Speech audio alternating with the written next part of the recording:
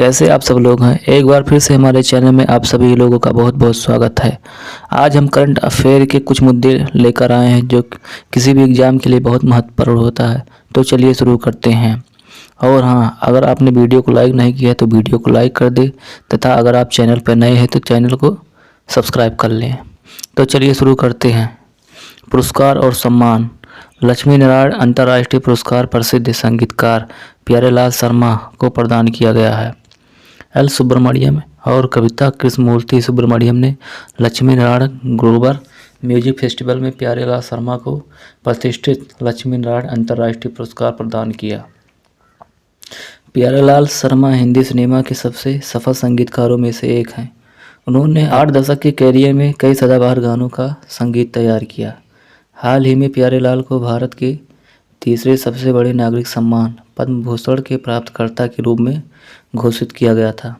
भारत के राष्ट्रपति के आर नारायण ने लॉर्ड यहूदी मेन्वित को पहला लक्ष्मी नारायण अंतर्राष्ट्रीय पुरस्कार प्रदान किया था। Lakshmi Narayan global music festival की शुरुआत 1992 में एल सुब्रमण्यम ने की थी। खेल।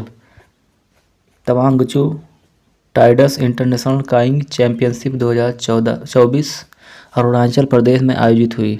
3 दिवसीय तवांगचू टाइड्स इंटरनेशनल काइंग चैंपियनशिप 2024 की शुरुआत 7 फरवरी को अरुणाचल प्रदेश के तवांग जिले में हुई।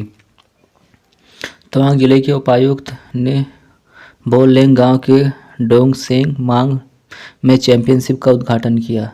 यह दौड़ 7 से 9 फरवरी तक 3 दिनों तक जारी रही। इस कार्यक्रम में विभिन्न देशों के 51 कायाकर्स ने भाग लिया। इस कार्यक्रम का आयोजन स्विच नामक एक संस्था ने किया था। इस आयोजन का मुख्य लक्ष्य अरुणाचल प्रदेश का कायांकिंग का वैश्विक केंद्र बनाना। कायांकिंग एक मज़ेदार जल खेल है जिसमें कयांक का उपयोग किया जाता है जो पानी पर चलने के लिए डबल ब्लेड पैडल वाली एक संकीर्ण नाव है। पुरस्कार और सम्मान। नीमा में सरीखानी ने wild life photographer of the year people's choice award जीता है। सोते हुए ध्रुवीय भालू की तस्वीर ने wild life photographer of the year people's choice award जीता है।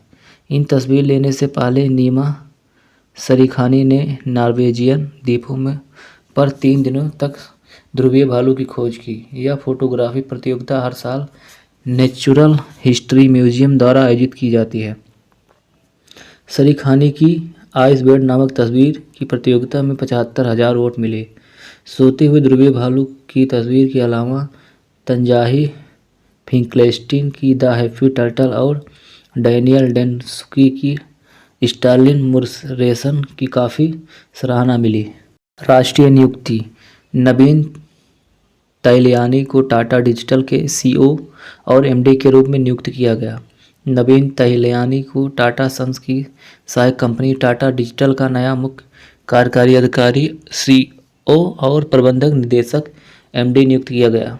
19 फरवरी को वह नया पद ग्रहण करेंगे। वर्तमान में तैलियानी टाटा AIA लाइफ इंश्योरेंस के सीईओ और एमडी हैं। वह प्रत्येक पाल की जगह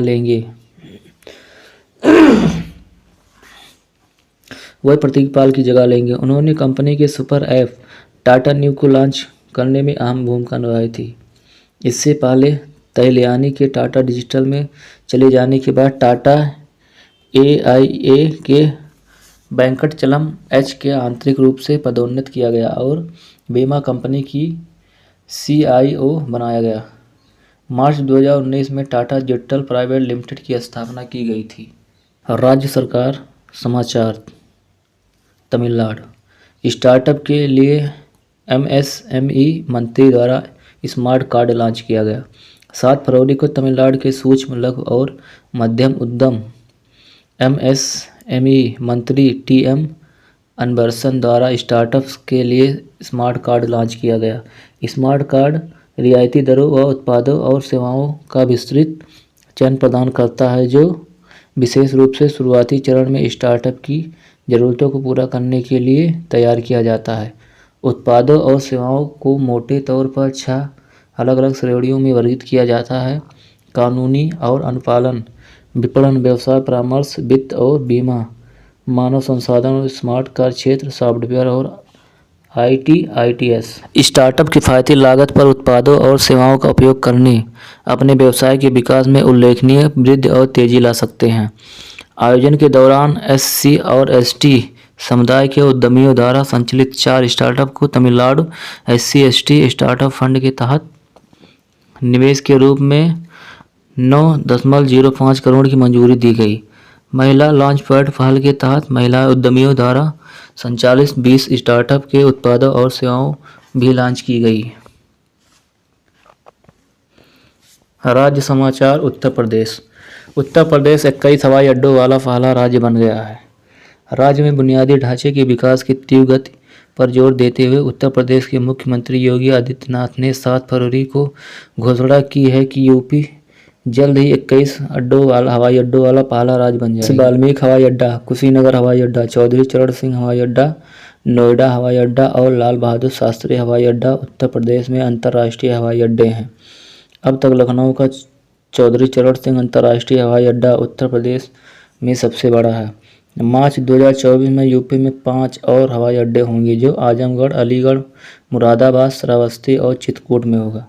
इसके अलावा 2024 के अंत तक जेवर में एक अंतर्राष्ट्रीय हवाई अड्डा और भी तैयार हो जाएगा।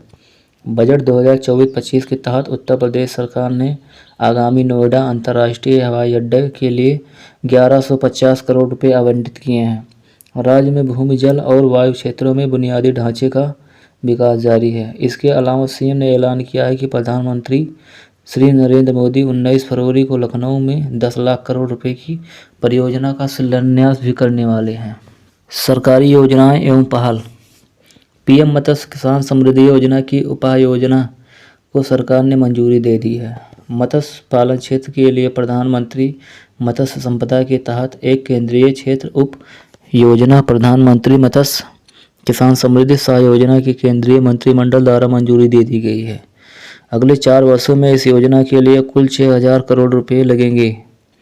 कुल राशि में 3,000 करोड़ रुपए विश्व बैंक और FD बाहरी वित्त पोषण सहित सार्वजनिक वित्त से आएंगे और से 50% का योगदान निजी क्षेत्र के लाभार्थियों द्वारा किया जाएगा।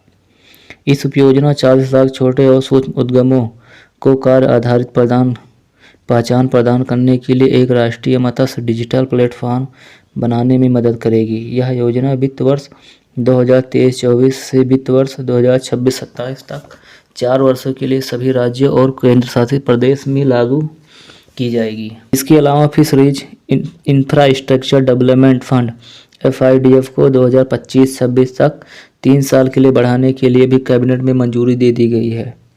सरकार ने 752.48 करोड़ के फंड आकार और 939.48 करोड़ रुपए के बजटीय समर्थन की मंजूरी दी है। बुनियादी ढांचा और ऊर्जा। 8 फरवरी को आर्थिक मामलों की कैबिनेट समिति द्वारा मोटूमारी विशुड़मपुरम का दोहरीकरण और मोटूमारी में रेल ओवर रेल की मंजूरी दे दी गई है। दोनों परियोजनाओं को लगभग 1,740 करोड़ रुपए की अनुमानित लागत पर मंजूरी दी गई है। तेलंगाना और आंध्र प्रदेश राज्य में पड़ने वाली परियोजना से क्षेत्र के सामाजिक आर्थिक विकास को बढ़ावा मिलने की संभावना है। 88.81 किमी की दूरी तक फैला मोटूमारी विशुड़ुपुरम खंड काजीपेट विजयवाड़ा उच्च घनत्व नेटवर्क की सिकंदराबाद गुटरू भारी घनत्व नेटवर्क से जोड़ता है। यह आंध्र प्रदेश, ओडिशा और इससे आगे तेलंगाना, कर्नाटक और महाराष्ट्र राज्यों को जोड़ने वाला एक महत्वपूर्ण रेल लिंक है। यह महत्वपूर्ण रेल लिंक सिकंदराबाद के विजयवाड़ा से जोड़ने वाला सबसे छोटा मार्ग भी है। दोहरीकरण से कृषि उत्पादों, सीमेंट, कोयला और अन्य स्थानीय उत्पादों के तेज परिवहन और लोग के निर्बाध आवाजाही सुविधा होगी। मोटूमारी स्टेशन पर रेल ओवर रेल से ट्रेनों के क्रॉस मूवमेंट को रोका जा सकेगा, ट्रेन की रुकावट को रोका जा सकेगा और सेक्शन में ट्रेनों की निर्बाध आवाजाही की सुविधा प्रदान की जाएगी। ओडिशा सरकार ने 2024-25 के लिए 2.55 लाख करोड़ रुपए का बजट पेश किया। ओडिशा के वित्त मंत्री विक्रम केसरी अरुखा ने 2.55 लाख करोड़ रुपए की परिव्यय के साथ 2024-25 का वार्षिक बजट पेश किया। बजट परिव्यय 2023-24 के बजट से 11% अधिक है। वित्त वर्ष 2024-25 के लिए कार्यक्रम व्यय के लिए 1,40,000 रुपये आवंटित किए गए। इसमें से 63,400 करोड़ रुपए वोट ऑन अकाउंट के लिए दिए गए। बजट में सरकार द्वारा कोई नई योजना या पहल की घोषणा नहीं की गई है। स्कूल और जन शिक्षा विभागों के लिए सबसे अधिक 33,865 करोड़ रुपए का आवंटन प्रस्तावित किया गया। यह वित्तीय वर्ष 2024-25 के कुल बजट आकार का 9.71% हिस्सा है। पंचायत राज विभाग को 22,543 करोड़ रुपये 8.84%, जबकि 19,729 करोड़ रुपये 7.74% आवंटित किए गए। उड़ीसा की कार्य व्यवस्था को राष्ट्रीय औसत 7.3% के मुकाबले 8.5% की वृद्धि दर करने की संभावना है। अब हम आते हैं अंतर्राष्ट्रीय मुद्दों पर। डेंगू बुखार की वृद्धि के बीच ब्राज़ील के रियो डी जनेरियो में स्वास्थ्य आपातकाल घोषित किया गया है। ब्राज़ील सरकार ने डेंगू के मामलों को नियंत्रित करने के लिए रियो डी जनेरियो में स्वास्थ्य आपातकालीन घोषित कर दिया। 10 देखभाल केंद्र खोले गए हैं और आपातकालीन संचालन केंद्र बनाए गए हैं। ब्राज़ील में जनवरी में मच्छर जनित बीमारी के मामले 4 गुना और बढ़ गए हैं। रियो ने इस साल अब तक 10,000 मामले दर्ज किए हैं, जबकि पूरे 2023 में 23,000 मामले दर्ज किए थे। अकेले जनवरी में रियो में डेंगू के कारण 362 लोगों को आपात अस्पताल में भर्ती कराया गया था। रियो डेंगू संक्रमण में वृद्धि के कारण सार्वजनिक स्वास्थ्य आपातकाल घोषित करने वाले 3 राज्यों में से एक है। जलवायु परिवर्तन के कारण तापमान में वृद्धि हुई और परिणामस्वरूप वर्षा में वृद्धि हुई, इससे डेंगू का खतरा बढ़ गया। अगला मुद्दा है शिखर सम्मेलन बैठकें। 9 फरवरी को ऑस्ट्रेलिया के पर्थ में 7वें हिंद महासागर सम्मेलन के उद्घाटन सत्र के विदेश मंत्री डॉक्टर एस जयशंकर ने संबोधित किया। श्रीलंका राष्ट्रपति रनिल विक्रमसिंघे, ऑस्ट्रेलिया के विदेश मंत्री पेनी वोंग और सिंगापुर के विदेश मंत्री डॉक्टर विवियन बालकृष्णन भी डॉक्टर जयशंकर के साथ शामिल रहे। यह सम्मेलन 9-10 फरवरी को ऑस्ट्रेलियाई सरकार के विदेश मामलों और व्यापार विभाग के साथ साथ S Rajaratnam school of international studies Singapore, Australia में पर्थ यूएस एशिया सेंटर के सहयोग से आयोजित किया गया। सम्मेलन में 22 से अधिक देशों के मंत्रियों और 16 देशों और 6 बहुपक्षीय संगठनों के वरिष्ठ अधिकारियों ने भाग लिया। लगभग 40 देशों के 400 से अधिक सामाजिक और कॉरपोरेट नेताओं, नीति चिकित्सक, विद्वानों, पेशेवरों और मीडिया कर्मियों ने भी भाग लिया। 2 दिवसीय हिंदी महासागर सम्मेलन का विषय स्थिर और टिकाऊ हिंद महासागर की ओर था। यह सम्मेलन हिंद महासागर क्षेत्र के देश के लिए एक प्रमुख परामर्शदाता का वह 2016 से अधिक मंत्रालय द्वारा इंडिया फाउंडेशन के सहयोग से प्रतिवर्ष आयोजित किया जाता है। हम अगले मुद्दे पर आते हैं, खेल। राजकोट और Saurashtra cricket association (SCA) stadium का नाम बदलकर निरंजन शाह स्टेडियम रखा गया। 6 फरवरी को MCA ने घोषणा की है कि वह 14 फरवरी को खंडवी राजकोट में अपने घरेलू स्थल का नाम बदलकर निरंजन शाह स्टेडियम रख देगा। भारत और इंग्लैंड के बीच चल रही 5 मैचों की सीरीज के तीसरे टेस्ट के लिए मैदान पर उतरने से एक दिन पहले इसका नाम बदल दिया जाएगा।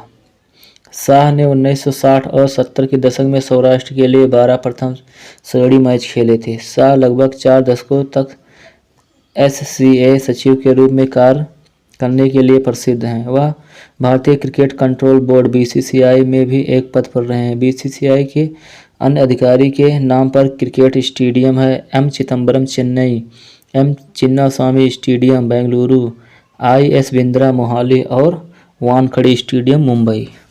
तथा हम आखिरी मुद्दे पर आते हैं, राष्ट्रीय समाचार। सरकार ने खाद्य सुरक्षा और मानक नियमों में संशोधन की मंजूरी दे दी है। अब खाद्य उत्पादों के लिए खाद्य नियम FSSAI ने केवल एक प्रमाणीकरण की आवश्यकता होगी। भारतीय खाद्य सुरक्षा और मानक प्राधिकरण FSSAI इस संबंध में एक मसौदा सूचना जारी करेगा। खाद्य उत्पादों के लिए भारतीय मानक ब्यूरो BIS और एगमार्क से प्रमाणन की आवश्यकता नहीं होगी। FSSAI ने अपनी 48वें बैठक में खाद्य सुरक्षा और मानक नियमों में विभिन्न संशोधन की मंजूरी दी है। वह एक राष्ट्र का एक कमोडिटी एक नियामक की अवधारणा को बढ़ावा देगा। खाद्य व्यवसायों के अनिवार्य प्रमाणीकरण के लिए विभिन्न प्राधिकारियों के पास जाने की ज़रूरत नहीं है। खाद्य उत्पादों के लिए केवल FSSAI प्रमाणीकरण अनिवार्य होगा। इन विनिमय में दूध वसा उत्पादों के मानकों में संशोधन भी किया जाएगा। मांस उत्पादकों मानकों के हिस्से के रूप में FSSAI हलीम के लिए भी एक मानक निर्धारित होगा। अब हम अगले मुद्दे पर आते हैं, रिपोर्ट और सूचांक। 2030 तक वैश्विक तेल मांग में 1/3 से अधिक वृद्धि भारत में होगी। अंतर्राष्ट्रीय ऊर्जा एजेंसी IEA ने कहा कि 2023 और 30 के बीच तेल की खपत में 3.2 मिलियन बैरल पर दिन MBD की वृद्धि में से 1/3 से अधिक भारत से आएगा। इसमें यह भी कहा गया है कि भारत चीन से आगे निकल जाएगा। भारत दुनिया का दूसरा सबसे बड़ा कच्चा तेल आयातक होगा। वर्तमान भारत में प्रतिदिन लगभग 5 मिलियन बैरल MBD की खपत करता है। आने वाले 7 वर्षों में इसमें 1.2 MBD की वृद्धि दर होने की उम्मीद है। IBA की रिपोर्ट के अनुसार 2023 से 30 तक दुनिया की तेल मांग में वृद्धि भारत का सबसे बड़ा योगदानकर्ता होने की उम्मीद है।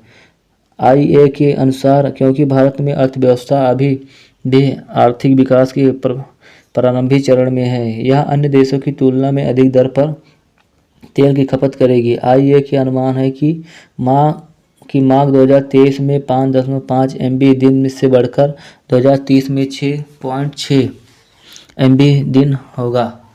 तो अगर ये जानकारी आपको अच्छी लगी तो हमारी वीडियो को लाइक कर दें तथा चैनल को सब्सक्राइब कर दें। धन्यवाद।